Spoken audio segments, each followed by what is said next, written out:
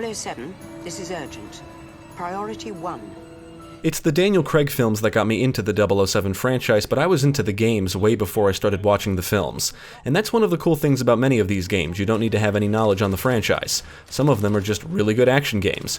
Developed by Bizarre Creations and published by Activision, 007 Bloodstone was released for PC, PlayStation 3, and Xbox 360 in November 2010. There is also a DS version, which was developed by N-Space and released at the same time. For this review I played the Xbox 360 version. Bloodstone is another 007 game that was pulled from digital storefronts after Activision lost the rights to the James Bond video game franchise. Bloodstone was the last game developed by Bizarre Creations before they shut down, and it released on the same day as the GoldenEye remake for Wii. I've heard some generally positive things about Bloodstone over the years, and I've wanted to play it for a while now. So the question becomes, is it one of the better 007 games, or just a generic third-person shooter? Well, let's take a look.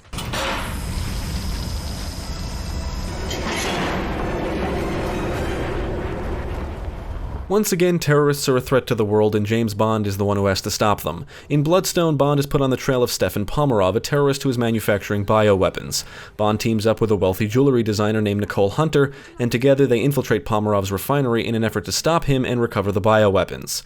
But of course, there's more to the plot, and Bond sets out to find out what's really going on. Overall, the story is okay, but Bloodstone does a great job at capturing the style of the films. This is a very cinematic-styled game, and you can pause cutscenes, which I really like. Daniel Craig and Judi Dench reprise their roles as Bond and M respectively, and Joss Stone voices Nicole. The performances are pretty good, and the game as a whole has a very movie-like quality. The presentation is phenomenal.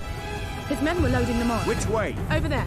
We've got to stop him before he gets those bioweapons out of the country. Hang on! Bloodstone is a third-person shooter which combines shooting, stealth, and hand-to-hand combat, although I would primarily call it a shooter. Bond can walk, run, sprint, take cover, vault over obstacles, and perform takedowns. Performing a takedown grants you a focus aim or focus aim shot. You can accumulate a max of 3. Activating focus aim basically lets you auto-lock onto targets and kill them instantly, and you can chain multiple focus aims together, which can be helpful if you're outnumbered. This focus aim mechanic is the game's way of encouraging you to engage enemies in hand-to-hand combat and with guns. Staying in cover is important because if you're out in the open, you're basically guaranteed to die. There's 4 difficulty modes: Recruit, Field Operative, Agent, and 007, which needs to be unlocked. I had a feeling this game would lean towards the easy side, so I played through it on Agent. I was right. The game isn't too difficult. Health does regenerate, and you can take cover behind most objects, so whenever you're low on health, you can just stay behind cover for several seconds and then you're good to go. And it's not hard to keep enemies at a distance.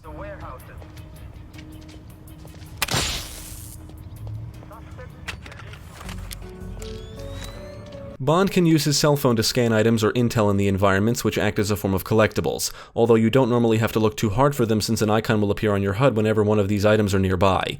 The cell phone can also be used to see enemy positions and shootable objects, disable cameras, and gain access to new areas. His phone can basically do everything. It's the ultimate gadget. Being able to see enemy positions is one of the most useful features, but makes the gameplay too easy. You rarely have to think during a firefight because you can track where every enemy is and their patrol patterns, so it would be hard for them to get the jump on you. Most of the time you'll be on foot going from one location to another, but every now and then you'll get to drive vehicles, usually to chase down the bad guys. The vehicle sequences are action-packed and look really cool, but are heavily scripted. Basically, they're all flash and no substance. The vehicles control well, and these are cool to play through at first, but they all boil down to the same thing. Just stay on the obvious path and don't lose whoever you're chasing.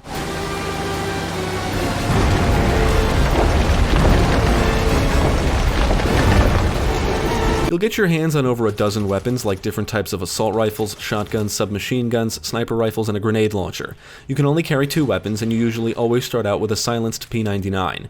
Weapons can be found in the environments and are dropped by fallen enemies, and it can be easy to run out of ammo if you don't keep moving and pick up the dropped weapons. Now, I've heard some say Bloodstone is similar to one of the more recent Splinter Cell games, but I don't think so. For one thing, Bloodstone is heavily scripted, and the stealth mechanics, if you want to call them that, are extremely simplistic. There's no real melee combat. You press the takedown button when an enemy gets close and you can immediately take them down. Enemies consist of your typical thugs and goons, and at one point you'll have to destroy an APC, and the enemy AI isn't very intelligent. The bad guys will shoot at you, throw grenades, use grenade launchers, some will snipe you, and they run around and take cover. They'll often rush your position, or in other words, walk towards you, giving you an opportunity to kill them instantly with a takedown.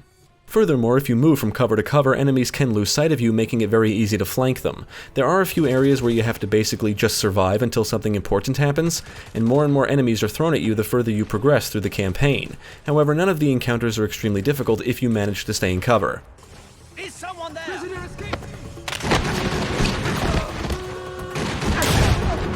What would the 007 franchise be without exotic locations? Well, as expected, Bloodstone delivers.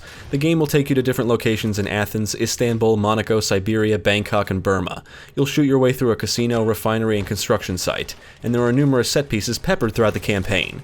You'll have to chase an assassin across rooftops in Bangkok, and one of the more exciting ones is when you get to use an anti-missile turret to shoot down missiles from an SAV. The environments are mostly linear, and Bond's phone will show you where to go, so you should never get lost. Firefights usually occur in open spaces, with plenty of objects to use as cover, and numerous routes that can be utilized to flank enemies. Of course, explosive objects are littered around, and enemies will always gravitate towards them, so you can blow them up to easily kill foes, but there's not many environmental dangers you need to worry about.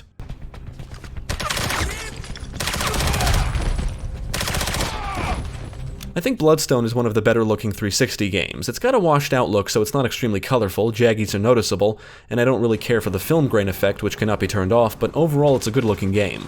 The character models look excellent, the texture work is solid, and there are some great visual effects. Muzzle flashes look cool, smoke puffs appear when bullets hit parts of the environments, takedowns will often look brutal, and I only wish the gore effects were better. You'll see some small blood puffs when shooting enemies, and their death animations appear very dramatic, which is cool, but I think the combat would feel a bit better if there was more gore. On the audio side, the music matches the cinematic style the game is going for, and of course you'll get to hear the classic 007 tunes. Also, Jawstone provides an original song for the game. The sound effects are excellent, with great sounding weapons, booming explosions, takedowns sound satisfying, and enemies will yell during firefights. On the technical side, the gameplay and cutscenes would stutter here and there, but for the most part the performance was solid, and I did not encounter any serious issues.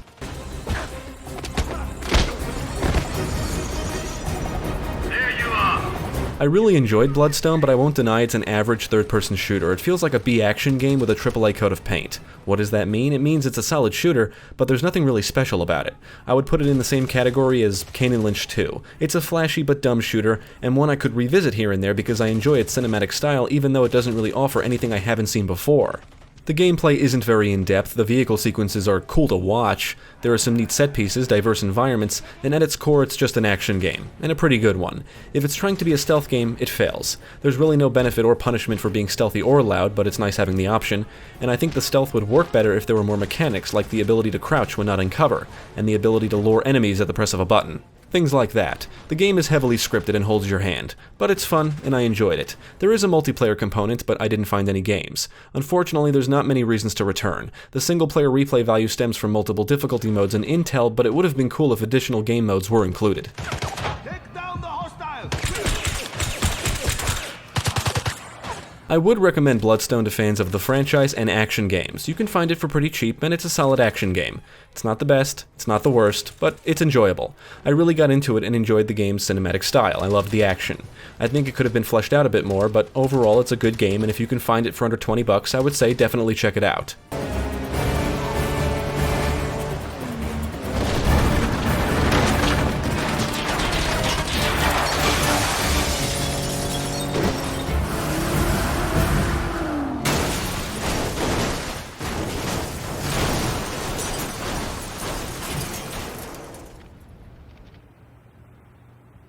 Thank you for watching. If you enjoyed this video, check out the rest of our channel, follow us at the links below, and you can also support us on Patreon. If you're interested in more gaming content, check out our friends over at Gamecast.